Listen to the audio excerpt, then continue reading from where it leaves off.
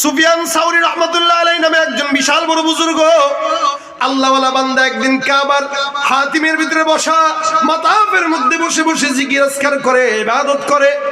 ওনার সঙ্গে ওনার একজন খাদেম আল্লাহওয়ালাকে সুন্দর করে খেদমত করেন। সুফিয়ান সাউরি রাহমাতুল্লাহ আলাইহি বহুত বড় বুজুর্গ বান্দা। তদানীন্তন সময় ওই সময়ের খলিফা জাফর মনসুর ওনাকে যে কোনো একটা কাজের জন্য, যে কোনো একটা অপরাধের কারণে, ইমানের কারণে বান্দাকে ফাঁসির রায় দিয়ে দিয়েছেন জেলখানায় যাওয়ার জন্য। জেলখানায় নিবে, ফাঁসি দিয়ে দিবে। আইন পাশ হয়ে গেল। এ মুসলমান শুধুমাত্র নাম মুসলমান থাকলেই হয় না, অসংখ্য মুসলমান নাম কাওয়াস্তে বান্দারা আছে যারা ইসলামের কথাটাও পছন্দ করে না, যাদের জবানের মধ্যে কানের মধ্যে কোরআনের কথা গেলে তাদের চুলকানির রোগ শুরু হয়ে যায়। এমন একজন সরকার সুফিয়ান সাউরি রাহমাতুল্লাহ আলাইহির বেলা আইন পাশ করে দিলেন যে এটাকে ফাঁসি দেওয়া লাগবে। অথচ সুফিয়ান সাউরি আল্লাহর ঘরের সামনে বসা, সুফিয়ান সাউরি রাহমাতুল্লাহ আলাইহি ঘরের সামনে বসে বসে জিকির করে। হঠাৎ করে ঘোষণা হয়ে গেল সুফিয়ান সাউরিকে যেখানে পাও ধরায় দাও। হাতিমে কাবায় বসা আল্লাহ পাক রব্বুল আলামিন বলেন মান দাখালাহু কানা আমিনা। সুফিয়ান সাউরির পাশে যে খাদেম আছে উনি ডাক দেয়া কয়, হুজুর আইন পাশ হয়ে গেল, পলায় যান এখান থেকে। আল্লাহর বান্দা ডাক দেয়া বলে, আমি যে এখান থেকে পলায় যাব, বলোটা ঘরটা কার? তো বলো। বলে ঘরটা তো আল্লাহর। বলে আমি মেহমান কার? বলে আপনিও মেহমান আল্লাহর, কারণ আল্লাহর ঘরে যারা যায় তাদেরকে জুয়ুফুর রহমান বলে। এই কারণে প্রত্যেকটা জুয়ুফুর রহমান তথা মালিকের মেহমানকে আল্লাহ পাক রব্বুল আলামিন আবে জমজমের পানি দিয়া আল্লাহ পাক বান্দারে মেহমানদারি করায়। হাজী সাহেবরা ফ্রি পায়। কি পায়? ফ্রি। জমজম এটা আল্লাহর তরফ থেকে একটা মেহমানদারি। খেজুর জমজম আল্লাহর তরফ থেকে হাজীদের জন্য মেহমানদারি। এটা আল্লাহ পাকের মেহমানদারি। বান্দা মেহমান, আল্লাহ মেজবান। আল্লাহ পাক রব্বুল আলামিনের ঘরে কেউ যদি যায়, আল্লাহ পাক বলেন মান দাখালাহু কানা আমিনা। আল্লাহ পাক তাকে সম্পূর্ণ নিরাপদ বানায়। এই বান্দা সুফিয়ান সাউরি আল্লাহর ঘরের কিনারায় বসা, এদিক দিয়ে তার খাদেম ডাক দিয়া বলে, হুজুর এখান থেকে পলায় চলে যান, জাফর মনসুর যদি আসে আপনার কিন্তু নিস্তার নাই। সুফিয়ান সাউরি তার প্রশ্ন করে, বেটা আমি কোন জায়গায় বসা? কয় আল্লাহর ঘরে বসা। বলে এই ঘরটার মধ্যে যে ঢুকে সে কি নিরাপদ না অনিরাপদ? বলে নিরাপদ। আমি কার ঘরে? আল্লাহর ঘরে। কার মেহমান? আল্লাহর মেহমান। যে আসবে সে কি আল্লাহর বন্ধুনি? বলে না, এটা নাফরমান। ঢুকবে কোথায়? বলে আল্লাহর ঘরে। আল্লাহর নাফরমান বান্দাকে আল্লাহ পাক কোনোদিন তার ঘরে ঢুকায়া আল্লাহর প্রিয় বান্দাকে সিনায় নিতে দিবে না। খলিফা জাফর মনসুর আসতেছে, সুফিয়ান সাউরি শুনে গেলেন।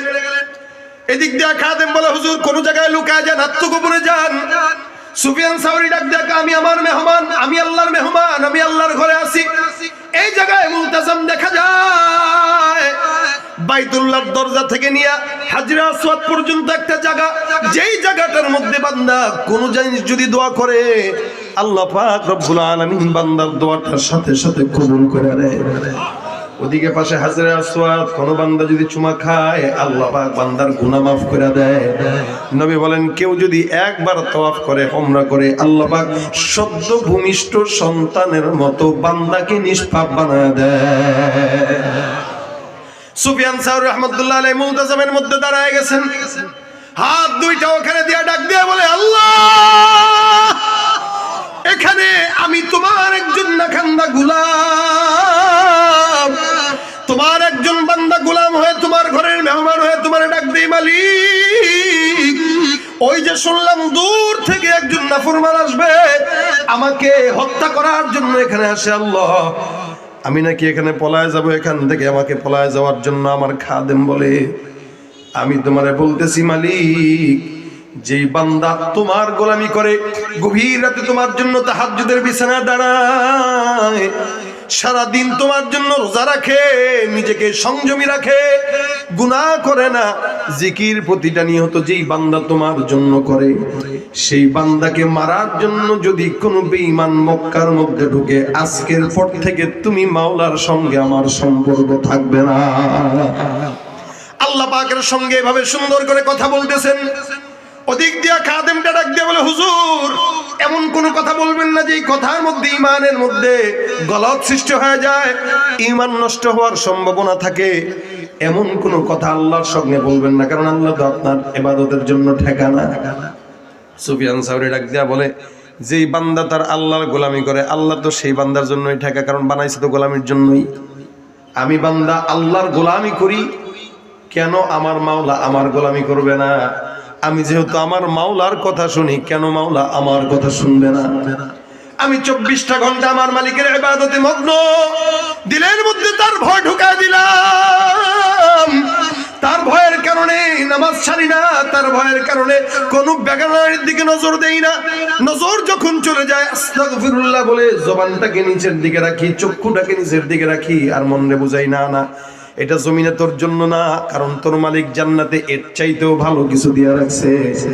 আমি আমার মালিকের গোলামি করার পর একটা বেঈমান এসে তার ঘর থেকে তার মেহমানকে ছিনাই দিবে, এটা কোনোদিন হতে পারে না। সুফিয়ান সাউরি রাহমাতুল্লাহ আলাইহি হাতটা উঠায় দিয়া দোয়া করে আর বলে, আল্লাহ যতক্ষণ পর্যন্ত তুমি মালিক আমি বান্দার কথা না শুনবা, ততক্ষণ পর্যন্ত এই মুলতাজামের দরজা আমি সুফিয়ান ছাড়বো না। বান্দা আল্লাহর জন্য ডাকে, আমার মাওলা বান্দার ডাকে সাড়া দিয়া দেয়, কারণ বান্দার ডাক, বান্দার চোখের পানি, মুত্তাকিদের ডাক আমার মাওলা সহ্য করে না। এদিক দিয়া সুফিয়ান সাউরি বারবার মালিককে ডাক দেয়, আর ওদিক দিয়া জাফর মনসুর আসার জন্য রওনা হয়ে যায়। আল্লাহর বান্দা যখন নাকি ঘোড়ার উপর উঠলো, এখান থেকে হঠাৎ করে কে যেন একজন ঘোষক খবর দিচ্ছে। সুফিয়ান সাউরি রাহমাতুল্লাহি আলাইহি কান খাড়া করে শুনতেছে, ওই জাফর মনসুর খলিফা ঘোড়ার পিঠের উপর ওঠার সময় একটা নাড়া দিয়ে ঘোড়ার পিঠ থেকে পড়ে ঘোড়া তার পাও দিয়ে পিষ্ট করে দুনিয়ার জমিন থেকে বিদায় করে ফেলেছে।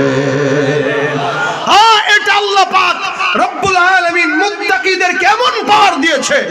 মনে রাখবেন, বর্তমান সময়ে যারা আলেম ওলামাদেরকে বিদ্রুপ করে, আলেমদের উপরে জুলুম করে, কষ্ট দেয়, ওলামা একরাম মুত্তাকিরা যদি জানামাজ বিছা আল্লাহর দরবারে দোয়া করে, উইকেটের পতন হতে বেশি দূর লাগবে না।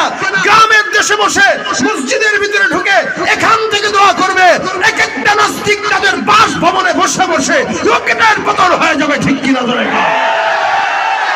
এটা ইমানদারের পাওয়ার, এটা মুত্তাকিদের পাওয়ার। মুত্তাকিরা দোয়া করে আল্লাহ পাকের পাওয়ার নিয়ে, আর বেঈমানরা আল্লাহ পাকের গজবে মরে যায়। ঠিক কিনা?